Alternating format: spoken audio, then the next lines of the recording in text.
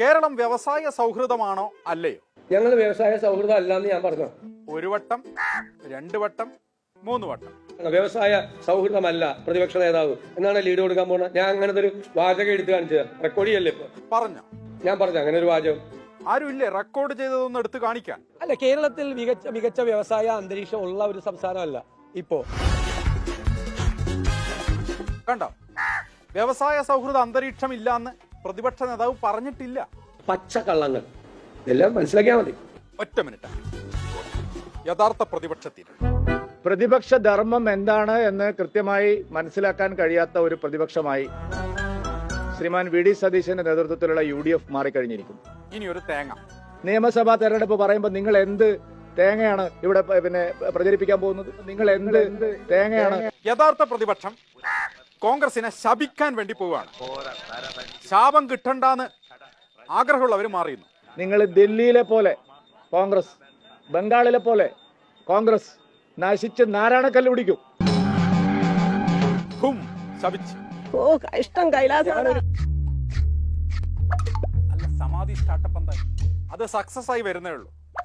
കേന്ദ്ര സർക്കാരിന്റെ ഫലപ്രദമായിട്ടുള്ള ഇടപെടലുകളിലൂടെയാണ് സ്റ്റാർട്ടപ്പുകൾ കേരളത്തിലും ശക്തമായിട്ട് വർദ്ധിച്ചത്. നന്നായി ശക്തമായി വർദ്ധിച്ചു, ഇനിയും വർദ്ധിക്കും. ശശി തരൂർ പതിവ് പോലെ ഒരു ലേഖനം എഴുതിയതേ ഓർമ്മയുള്ളൂ. ഞാൻ ഒരു ആർട്ടിക്കിൾ എഴുതിയ ശേഷം വലിയ വിവാദമായി. ലേഖനം പുറത്തു വന്ന ശേഷം കോൺഗ്രസിൽ വ്യവസായ സൗഹൃദ അടിപൊട്ടി. ഞാൻ ഒരു ആർട്ടിക്കിളിൽ ഒരു വിഷയത്തെ കുറിച്ച് പറഞ്ഞു. അതിലും ഫാക്ട്സും ഫിഗേഴ്സിന്റെയും അടിസ്ഥാനത്തിലാണ് ഞാൻ പറഞ്ഞിരിക്കുന്നത്. കോൺഗ്രസിൽ വ്യവസായ സൗഹൃദ അടിപൊട്ടാനിടയായ സാഹചര്യം ലേഖനത്തിൽ കേരളം വ്യവസായ സൗഹൃദ അന്തരീക്ഷമുള്ള സംസ്ഥാനമാണെന്ന് ശശി തരൂർ എഴുതിയതാണ്. അദ്ദേഹത്തിന്റെ ഇമേജ് ശക്തിപ്പെടുത്താൻ വേണ്ടി പറഞ്ഞതായിരിക്കാം. പക്ഷേ കേരളത്തിൽ മികച്ച വ്യവസായ അന്തരീക്ഷം ഉള്ള ഒരു സംസ്ഥാനമല്ല ഇപ്പോ. ഓക്കെ, പ്രതിപക്ഷ നേതാവ് ഇപ്പോൾ പറഞ്ഞത് ഓർത്തു വയ്ക്കാൻ പ്രത്യേകം ശ്രദ്ധിക്കുക. കേരളത്തിൽ മികച്ച വ്യവസായ അന്തരീക്ഷം ഉള്ള ഒരു സംസ്ഥാനമല്ല ഇപ്പോ. തരൂരിന്റെ ലേഖനം പുറത്തു വന്നതോടുകൂടി കോൺഗ്രസിലെ മുഖ്യമന്ത്രി സ്ഥാനാർത്ഥികളെല്ലാം വരിവരിയായി നിന്ന് പൊട്ടിത്തെറിച്ച്. കോൺഗ്രസ് നേതാക്കൾക്കിടയിൽ ഒരു ഭിന്നാഭിപ്രായമില്ല. പിന്നെ ഈ കാണുന്നതൊക്കെയാ അത് വ്യവസായ സൗഹൃദ സംഘടന. ശശി തരൂർ ഇവിടെ മാർക്സിസ്റ്റ് ഗവൺമെന്റിനെ പ്രശംസിക്കുന്നു. അത് നമ്മൾ തന്നെ. കോൺഗ്രസ് നേതാക്കൾക്കിടയിൽ ഒരു ഭിന്നാഭിപ്രായമില്ല. ഇതൊന്നും എനിക്ക് മനസ്സിലാകുന്നില്ല എന്താണ്. ഇത് മനസ്സിലാക്കാൻ കഴിവുള്ള ഒരേ ഒരാൾ മാത്രമേ ലോക രാഷ്ട്രീയത്തിലുള്ളൂ. ട്രംപാണോ? ഇതാ മിണ്ടാണ്ടിരി ചങ്ങല കിട്ടുകളി. മൂപ്പരൊന്നല്ല, കെ സുരേന്ദ്രൻ. അപ്പൊ UDF ഏതാണ് LDF ഏതാണ് എന്ന് തിരിച്ചറിയാൻ പറ്റാത്ത നിലയിലാണ് ഇപ്പോ ഈ രണ്ട് മുന്നണികളും പ്രവർത്തിക്കുന്നത്. ഓക്കെ, അപ്പൊ കാര്യപരിപാടിയിലേക്ക് കടക്കാം.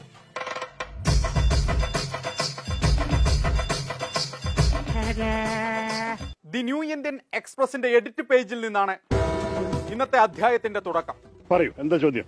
കോൻബനേഗ ചീഫ് മിനിസ്റ്റർ എന്ന കളി ഏകദേശം മധ്യനിരയിൽ എത്തിയിരിക്കുമ്പോഴാണ് ശശി തരൂരിന്റെ ഞാനും കോൻബനേഗ ചീഫ് മിനിസ്റ്റർ ആകാനുണ്ടെന്നും പറഞ്ഞുള്ള ഒരു നൈസ് ഷോട്ട്. അതോടുകൂടി വെട്ടിലായ കോൺഗ്രസ് വീണ്ടും വെട്ടിലായി. ഒരു നല്ല കാര്യങ്ങൾ ചെയ്യുമ്പോൾ അതിനെ അംഗീകരിക്കാനും അതിനെ ചൂണ്ടിക്കാണിക്കാനും തയ്യാറായ വ്യക്തി അദ്ദേഹം തന്നെ ആ കണക്ക് പറഞ്ഞു. 26ാമത്തെ സ്ഥാനത്തായിരുന്നു കേരളം, അവിടുന്നാണ് ഇപ്പോൾ 1ാം സ്ഥാനത്ത് എത്തിയത്. അതെങ്ങനെ കാണാതിരിക്കുന്നു തരൂര്? അതിന് മുമ്പിൽ 28 സംസ്ഥാന റാങ്കിംഗ് ഉണ്ടായിരിക്കുമ്പോൾ 26ാമത്തെ സ്ഥാനമായിരുന്നു കേരളം. അപ്പൊ അതിന്ന് പോയി ചാടിയിട്ട് 1ാം സ്ഥാനം എത്തുന്നത് അതിനെ നമ്മൾ കണ്ട് അംഗീകരിക്കാൻ സാധിക്കില്ല എന്ന് എന്റെ വിശ്വാസം. ഇനി അടുത്തതായി പരിചയപ്പെടുത്താൻ എത്തുന്നത് കോൺഗ്രസിലെ വിശ്വപൗരൻ കെ മുരളിയേട്ടൻ.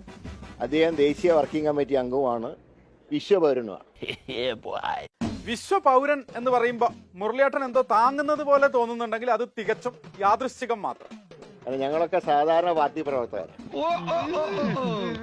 എന്താണ് കെ മുരളീധരന്റെ കഴിവ്? പാർട്ടി പറയുന്ന സ്ഥലത്തൊക്കെ പോയി മത്സരിക്കാനൊക്കെ ഉള്ള ഒരു ചെറിയ കഴിവ് മാത്രമേ എനിക്കുള്ളൂ. അതെന്താണ് അങ്ങനെ ഒരു വ്യവസായ സൗഹൃദ ലേഖനം? എല്ലാ പാർട്ടികളും ഈ കാര്യത്തിൽ ഒരേ ഒറ്റക്കെട്ടായിട്ട് നിൽക്കണം. അത് ആര് ഭരിക്കുകയാണെങ്കിലും. ലേഖനത്തിന്ന് ഒരടി പിന്നോട്ട് പോകാൻ വേണ്ടി തരൂര് തയ്യാറായില്ല. CPM സർക്കാർ ഇറക്കുന്ന റാങ്കിംഗ് അല്ലല്ലോ, ഇതൊരു നാഷണൽ റാങ്കിംഗ് ആണ്. അപ്പൊ കേരളം എവിടെയായിരുന്നു? അതിൽ നമ്മൾ നല്ലോണം പുറകെയായിരുന്നു. പെട്ടെന്ന് നമ്മൾ 1ാം സ്ഥാനത്ത് എത്തിയിരിക്കണം. ഈ റിപ്പോർട്ട് കണ്ടിട്ട് ഈ റിപ്പോർട്ടിന്റെ അടിസ്ഥാനത്തിലും കേരളത്തിന്റെ പെർഫോമൻസ് കണ്ടിട്ടാണ് പറഞ്ഞത്. ലേഖനം പുറത്തു വന്ന ഉടനെ തന്നെ കോൺഗ്രസിൽ ഐക്യം പൊട്ടിപ്പുറപ്പെട്ടു. ലേഖനത്തിൽ പരാമർശിച്ച പ്രത്യേകിച്ച് വ്യവസായ വകുപ്പിനെ കുറിച്ചും അതിന്റെ പുരോഗതിയെക്കുറിച്ചും അദ്ദേഹം പറഞ്ഞിട്ടുള്ള കാര്യങ്ങളെല്ലാം എല്ലാം അടിസ്ഥാനരഹിതവും അവാസ്തവമായിട്ടുള്ള കാര്യങ്ങളാണ്. കോൺഗ്രസിന്റെ നേതാക്കൾ ഓരോരുത്തരായിട്ട് വന്നു, വരി നിന്നു, തരൂരിനെ തള്ളി പറഞ്ഞു. ഞാൻ ഈ ആർട്ടിക്കിളിൽ കേരള എക്കോണമിയെ കുറിച്ച് മൊത്തം എഴുതിയതല്ല. ശശി തരൂരിന്റെ ഒരു വെറും ഗോളൊന്നുമല്ല, ഇതൊരു സെൽഫ് ഗോളാണെന്നുള്ളതാണ് കെ മുരളിയാട്ടന്റെ വിലയിരുത്തൽ. ഗവൺമെന്റിനെ പ്രശംസിക്കുക എന്ന് പറയുമ്പോൾ അങ്ങനെയല്ല, അതൊരു സെൽഫ് ഗോളാണ്. അതാണ് ഞാൻ പറഞ്ഞത്. ആ സെൽഫ് ഗോൾ കൊണ്ട് തയ്യാറുണ്ടാവരുത്, അത് തിരുത്താം. കണക്കും കാര്യമൊക്കെ ചിലപ്പോൾ ശരിയായിരിക്കും, പക്ഷെ ഈ ലേഖനത്തിന് കാതലായ ഒരു പ്രശ്നമുണ്ട്. ഇതെല്ലാം കോൺഗ്രസിന്റെ അഭിപ്രായങ്ങൾക്കെല്ലാം വ്യത്യസ്തമായിട്ടുള്ളതാണ്. എന്താണ് എഴുതിയതെന്ന് പലർക്കും പിടികിട്ടിയില്ല എന്ന് തരൂര്. ഞാൻ സ്റ്റാർട്ടപ്സിനെ കുറിച്ച് മാത്രമാണ്, അത് ഇംഗ്ലീഷ് വായിക്കുന്നവർക്ക് അത് മനസ്സിലാവാൻ ഒരു ബുദ്ധിമുട്ടുണ്ടാവില്ല. കോൺഗ്രസിലുള്ളവർക്കൊന്നും ഇംഗ്ലീഷ് അറിഞ്ഞൂടെ? അത് അങ്ങനെ ഒരു വിമർശനം. എല്ലാറ്റിലും രാഷ്ട്രീയമുണ്ട്. നമ്മൾ ജനങ്ങൾ നല്ലോണം രാഷ്ട്രീയം കണ്ടു കഴിഞ്ഞു, വികസനം കണ്ടിട്ടില്ല. കുറെ വർഷങ്ങളായിട്ട് കേരളത്തിന്റെ സ്ഥിതി വല്ലാത്ത മോശമായിരുന്നു. ഇപ്പൊ നന്നായി, അത് അദ്ദേഹത്തിന് ഇഷ്ടപ്പെട്ടു, ഒരു ലേഖനം എഴുതി, അത്രയല്ലേ അദ്ദേഹം ചെയ്തുള്ളൂ. വ്യവസായ സൗഹൃദ ലേഖനത്തിൽ നിന്ന് ഒരു ഇഞ്ച് പോലും പിന്നോട്ട് പോവാണ്ട് നിന്നെടുത്ത് തന്നെ അങ്ങ് ഉറച്ചു നിൽക്കാണ് തരൂര്. അവർ എന്ത് ചെയ്താലും തെറ്റാണ്, കാരണം നമ്മൾ പ്രതിപക്ഷമാണെന്ന് കാര്യമില്ല. അതുപോലെ തന്നെ അവരും നാളെ പ്രതിപക്ഷത്തെത്തുമ്പോൾ ഇന്ന് വരെ ചെയ്ത കാര്യങ്ങൾ ഇനി ഉപേക്ഷിക്കാൻ പാടില്ല. എന്ത് പറഞ്ഞിട്ടും കാര്യമില്ല, തരൂര് പറഞ്ഞത് ശരിയായില്ല എന്നുള്ളതാണ് കെ മുരളീധരന്റെ നിലപാട്. പാവപ്പെട്ട മത്സ്യത്തൊഴിലാളികൾ, ദളിത് വിഭാഗത്തിൽപ്പെട്ടവർ, സാധാരണ പാർട്ടി പ്രവർത്തകർ, ഇവരൊക്കെ രാപ്പകൽ പണിയെടുത്ത് അധ്വാനിച്ചിട്ടാണ് അദ്ദേഹത്തിന് 16,000 വോട്ടിനോട് വിജയിക്കാൻ കഴിഞ്ഞത്. വ്യവസായ സൗഹൃദ ലേഖനത്തിന്റെ പേരിൽ കോൺഗ്രസിൽ ഒരു 5ാം ലോക മഹായുദ്ധം പൊട്ടിപ്പുറപ്പെടുന്ന അവസ്ഥയാണിപ്പോ. ശശി തരൂര് എന്ത് സാഹചര്യത്തിന്റെ പുറത്ത്, എന്ത് സ്റ്റാറ്റിസ്റ്റിക്സിന്റെ പുറത്താണ് ആ ലേഖനം എഴുതിയതെന്ന് ഞങ്ങൾക്കറിയില്ല. അങ്ങനെ ഞാൻ വെറുതെ ഒന്നും കാര്യങ്ങൾ എഴുതൂല എന്ന് തരൂര്. ഇങ്ങനെയുള്ള വിഷയങ്ങളിൽ അടിസ്ഥാനമില്ലാതെ ഞാൻ എഴുതില്ല, സംസാരിക്കില്ല. ഇതത്ര നല്ല ശീലമൊന്നല്ല കേട്ടോ എന്ന് ഹസൻ. എത്ര സ്ഥലങ്ങളിൽ ഗൾഫിൽ നിന്ന് മടങ്ങിയെത്തിയ 4ഉം 5ഉം ചെറുപ്പക്കാർ ഒരുമിച്ച് ചേർന്ന് അവരുടെ ഒരു കൂട്ടായ്മയിലൂടെ ഒരു ഹോട്ടൽ തുടങ്ങുന്നു, ഫുഡ് കോർട്ട്. ഹസനെ പിന്തുണച്ച് സതീശൻ. നമ്മൾ ഈ നാട്ടുകാര്, ഈ പ്രത്യേകിച്ച് ഗൾഫിൽ നിന്നൊക്കെ തിരിച്ചു വന്നവര് വന്ന് ബേക്കറി തുടങ്ങും, പെട്ടിക്കട തുടങ്ങും, ചെറിയ തുണിക്കട തുടങ്ങും. അതെന്താ പൊട്ടിക്കട, എന്താ വ്യവസായം അല്ലേ നേക്കെ ബാലാട്ടൻ? അതിന്റെ അകത്ത് വെട്ടിക്കടയുണ്ടാവും, മൈക്രോ സംരംഭങ്ങൾ ഉണ്ടാവില്ലേ? വെട്ടിക്കടക്ക് എന്താ ബുദ്ധിമുട്ട്? സംരംഭങ്ങളുടെ കൂട്ടത്തിൽ അതൊന്നും പെടുത്താൻ പറ്റൂല എന്ന് പ്രതിപക്ഷ നേതാവ്. അതൊക്കെ വ്യവസായ സംരംഭങ്ങളായി കേരളത്തിൽ കൂട്ടരുത്. ചിലപ്പോ അതൊക്കെ കൂട്ടേണ്ടി വരും. ഇത് കേരളമാണെന്ന് എ കെ ബാലാട്ടൻ. ഒരു 10 ആൾക്ക് ജോലി കൊടുക്കുന്ന ഒരു വെട്ടിക്കട, അതാണെന്ന് വിചാരിക്കുക. ഇന്നത്തെ അതിനെന്തിനാ പരിഹസിക്കുന്നത്? നല്ല കാര്യം ചൂണ്ടിക്കാണിച്ചു. അതാണോ താൻ ചെയ്ത തെറ്റെന്ന് തരൂര്. അവരൊരു നല്ല കാര്യം ചെയ്തു. എന്താണ് ശശി തരൂർ ചെയ്തത്? ശശി തരൂര് വർണ്ണിച്ചിട്ടുള്ളത് രാജീവിന്റെ PR വർക്കാണ്. ഇടതുമുന്നണി സർക്കാരിലെ CPIM-ന്റെ ഭാഗമായിട്ടുള്ള ഒരു മന്ത്രിന്റെ PR വർക്ക് കോൺഗ്രസിന്റെ ഒരു MP ഏറ്റെടുക്കാനാണ്. എന്തെല്ലാം ഈ കേൾക്കുന്നത്? അല്ല, കേരളത്തിൽ മികച്ച വ്യവസായ അന്തരീക്ഷം ഉള്ള ഒരു സംസ്ഥാനമല്ല ഇപ്പോ. എന്താണ് ശശി തരൂരിനെ കോൺഗ്രസുകാർ വിമർശിക്കുന്നതിന്റെ അർത്ഥം? ശശി തരൂരിന്റെ ലേഖനം പുറത്തു വന്നതിനെ തുടർന്ന് പൊട്ടിപ്പുറപ്പെട്ട വ്യവസായ സൗഹൃദ അടി തുടരുകയാണ്. എന്താണ് തരൂര് ലേഖനത്തിൽ പറഞ്ഞിരിക്കുന്നത്? ഞാൻ പറഞ്ഞിരിക്കുന്നത് കേരളത്തിന്റെ റെപ്യൂട്ടേഷൻ മൊത്തം നെഗറ്റീവ് ആയിരുന്നു. ഇപ്പൊ നോക്കൂ, ഈ വ്യവസായ സൗഹൃദ ലേഖനം പുറത്തു വന്നപ്പോ MM ഹസനും കൂട്ടുകാർക്കും എന്താകും തോന്നിയിട്ടുണ്ടാകുക? ഞങ്ങൾക്ക് UDF പ്രവർത്തകർക്കും കോൺഗ്രസ് പ്രവർത്തകർക്കും ഞങ്ങൾ ഇത്രയും കാലം പറഞ്ഞുകൊണ്ടിരുന്നതിന് ഒരു സുപ്രഭാതത്തിൽ അദ്ദേഹം തള്ളിപ്പറയുന്നത് പോലെയാണ് ഞങ്ങൾക്ക് തോന്നിയത്. ഞാൻ ആ പാർട്ടി അല്ല എന്ന് തരൂര്. ഞാൻ എപ്പോഴും സംസാരിക്കുന്നത്, ഞാൻ പാർട്ടിയുടെ ഒരു വക്താവല്ല, ഒഫീഷ്യൽ സ്പോക്സ്മാൻ അല്ല. ഞാൻ സംസാരിക്കുന്നത് ഒരു വ്യക്തിയായിട്ടാണ്. അല്ല, അപ്പൊ തരൂർ ഇപ്പൊ AICC-ന്റെ കമ്മിറ്റി ഒന്നും വർക്കിംഗ് ആക്കാൻ പോകാറില്ലേ? ഇനി അങ്ങനെ സ്വതന്ത്രമായ അഭിപ്രായം പറയണം എന്ന് അദ്ദേഹത്തിന് ആഗ്രഹമുണ്ടെങ്കിൽ അദ്ദേഹം മിനിമം ചെയ്യേണ്ട ഒരു കാര്യം ആ അത്യുന്നത സമിതിയിൽ നിന്ന് ഒഴിഞ്ഞു നിന്നിട്ട് വേണം ഇത്തരം സ്വതന്ത്രമായ അഭിപ്രായങ്ങൾ പറയാൻ. പ്രശ്നങ്ങളൊന്നുമില്ല, കൂളാണ്. പ്രശ്നങ്ങളൊന്നുമില്ല, എല്ലാം കൂളാണ്. കൂളാണ് കാര്യങ്ങളെങ്കിലും പാർട്ടി ചർച്ച ചെയ്യും. പാർട്ടി ഗൗരവമായി ഇത് ചർച്ച ചെയ്യും. അപ്പൊ കോൺഗ്രസ്സുകാരൊക്കെ ഒന്ന് ഒരു പൊടിക്ക് ആശ്വസിച്ചു. പക്ഷെ നിലപാടൊന്നും തിരുത്താൻ പോകുന്നില്ല എന്ന് തരൂര്. നമ്മൾക്ക് നമ്മുടെ മക്കളെ ഈ സംസ്ഥാനത്ത് തന്നെ എടുത്തു വെക്കണ്ടേ? അതിനുവേണ്ടി ഇവിടെ തൊഴിലില്ലായ്മ, തൊഴിൽ സാധ്യതകൾ വേണ്ടേ? ആ സാധ്യതകൾ വരാൻ പുതിയ ബിസിനസ് സ്ഥാപിക്കണ്ടേ? ആ പുതിയ ബിസിനസ് വേണ്ടി ഇൻവെസ്റ്റ്മെന്റ് വേണ്ടേ? ഇതാണ് എന്റെ ലോജിക്കലായി തിങ്ക് പണ്ണുങ്കോ. രാഷ്ട്രീയമായി കോൺഗ്രസിന്റെ നിലപാടുകൾക്ക് ഘടകവിരുദ്ധമായിട്ടുള്ളതാണ്. തരൂരിന് പോകാൻ നേരമായി. എനിക്ക് പോകണം. സംവാദത്തിന് തുടക്കമിടുന്നത് പ്രതിപക്ഷ നേതാവ്. 2ാം LDF സർക്കാരിന്റെ 3 വർഷ കാലയളവിൽ ഉണ്ടായിരുന്ന വളർച്ച 1ാം സർക്കാരിന്റെ അവസാന 3 വർഷ കാലയളവിൽ ഉണ്ടായിരുന്നതിനേക്കാൾ 250, 254% വർധന. കറക്റ്റാണ്. എന്താ കാര്യം? 2019, 21 താരതമ്യപ്പെടുത്തിയിരിക്കുന്നത്. 2019, 21 വല്ലതും തുടങ്ങിയിട്ടുണ്ടോ? കോവിഡ് കാലമല്ലേ? മറുപടി പറയാൻ വ്യവസായ വകുപ്പ് മന്ത്രി പി രാജീവ് റെഡ്ഡിയാണ്. വാട്സപ്പ് ഗ്രൂപ്പിലാണെന്ന് പറഞ്ഞോട്ടെ, പ്രതിപക്ഷം ഏതോ പറയാൻ പാടില്ല. അതെന്താ അങ്ങനെ പറഞ്ഞാളഞ്ഞ്? മന്ത്രി എന്നെ വിശദീകരിക്കും. പ്രശ്നം എന്ന് വെച്ചാൽ ഈ കോവിഡ് ലോകത്തെ ബാധിച്ച ഒരു മഹാമാരിയാണ്, ഒരു കേരള മഹാമാരി ആയിരുന്നില്ല. വിശദീകരണം കൂടുതൽ വിശദമായി.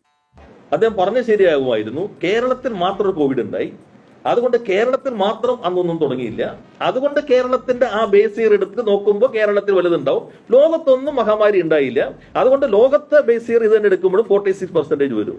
അപ്പൊ ബേസിക് അണ്ടർസ്റ്റാൻഡിംഗിലേക്ക് ഒരേപോലെ എടുക്കുള്ളൂ. കേരളത്തിൽ 19-20 ആണെങ്കിൽ ലോകത്തിന്റെ 19-20 ആയിരിക്കും. That is A basic understanding. ഇല്ല, ഈ കളിക്ക് പ്രതിപക്ഷ നേതാവില്ല. എല്ലാ ഡാറ്റയും നാഷണൽ ഡാറ്റ, എല്ലാ ഡാറ്റ നിങ്ങൾക്ക് തരാം. ആ രേഖ എന്റെ കയ്യിലുണ്ട്. ഇതാണ് ആ രേഖ, എന്റെ കയ്യിലുള്ള രേഖ. ഈ നാട്ടിലെ ജനങ്ങൾക്ക് താല്പര്യമുള്ള കാര്യമല്ല പ്രതിപക്ഷ നേതാവ് പറയുന്നത്. നമ്മുടെ ചെറുപ്പക്കാരുള്ള കടുത്ത ദ്രോഹമാണ്. UDF സർക്കാരിന്റെ കാലത്ത് കേരളം മികച്ചൊരു വ്യവസായ സൗഹൃദ സംസ്ഥാനമായിരുന്നു.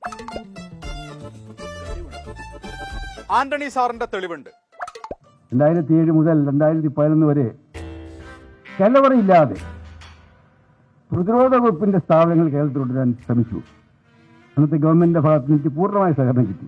ആന്റണി സാർ ഇപ്പറഞ്ഞ കാലത്ത് മുഖ്യമന്ത്രിയായിരുന്നത് VS അച്യുതാനന്ദൻ, ഭരിച്ചിരുന്നത് LDF സർക്കാർ.